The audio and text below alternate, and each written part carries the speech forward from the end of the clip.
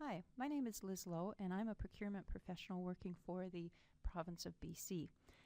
And I wanted to give you a bit of an introduction and overview of a collection of videos that we have developed for proponents interested in responding to the short form request for proposal, or SRFP. We have created 3 other videos specific to the SRFP for vendors. The first one is how to open the SRFP Appendix A if you're having trouble opening it in your browser. If you're not using Explorer, if you're using a different browser, you may have trouble, so have a look at this video and it'll explain what you need to do to be able to actually get a hold of that Appendix A, open it up and use it in different browsers. Then we have a second video that walks you through what the 2-page SRFP looks like, what the different headings mean, what information's contained in it, and what's really important for you as a proponent to know. We're going to have an actual sample SRFP that we're going to walk you through. The third video is the Appendix A itself. So this is the proposal form that you would complete as a proponent and you would use to submit your proposal to a specific SRFP. Again, it's based on our sample, and it's not, though, going to be completing a response.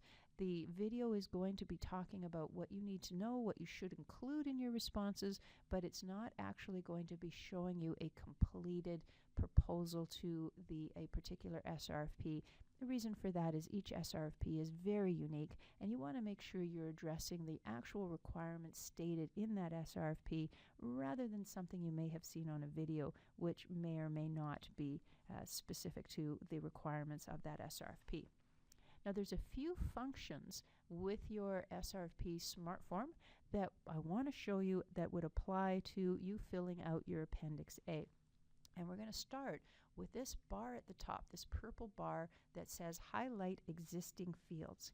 If you click on that, now we didn't see any change right now, and that's because in our view we don't have any existing fields until we scroll down.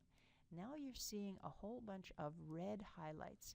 These are the sections of the SRFP Appendix A that you need to complete as a proponent.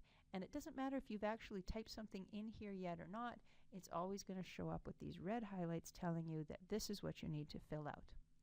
Next is saving your SmartForm as you're developing your proposal. And there are 2 ways to do this. If you go to the top, you can click on File, and you have the option of either save, if you want to save it using the same name, or save as a different name, same as you would any other document. It will be saved as a PDF document, and you can save it wherever it makes sense to in your computer.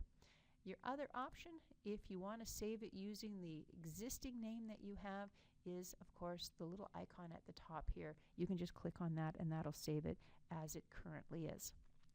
The last thing I wanted to show you about the SmartForm when completing your Appendix A is how is it that you can get comments and you can get multiple people working on the same Appendix A, so the same proposal, but knowing what each other wants to change or what questions, etc., that each other has.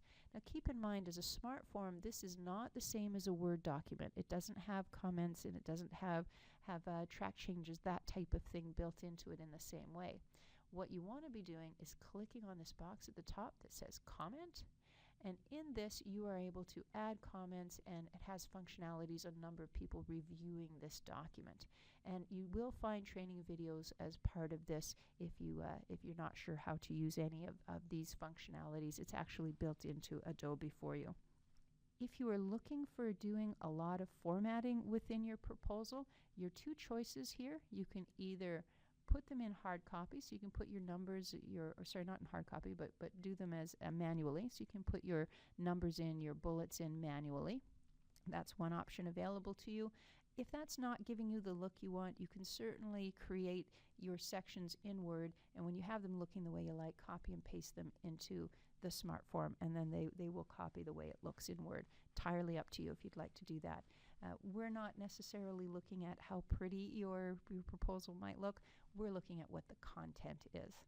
Having said that, there are occasional SRFPs that might be looking at the use of white space and graphics and that kind of thing, but that would be for very specific types of services, and the SRFP would say that.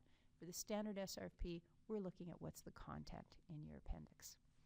So hopefully you have found this useful with submitting and creating your Appendix A to the SRFP.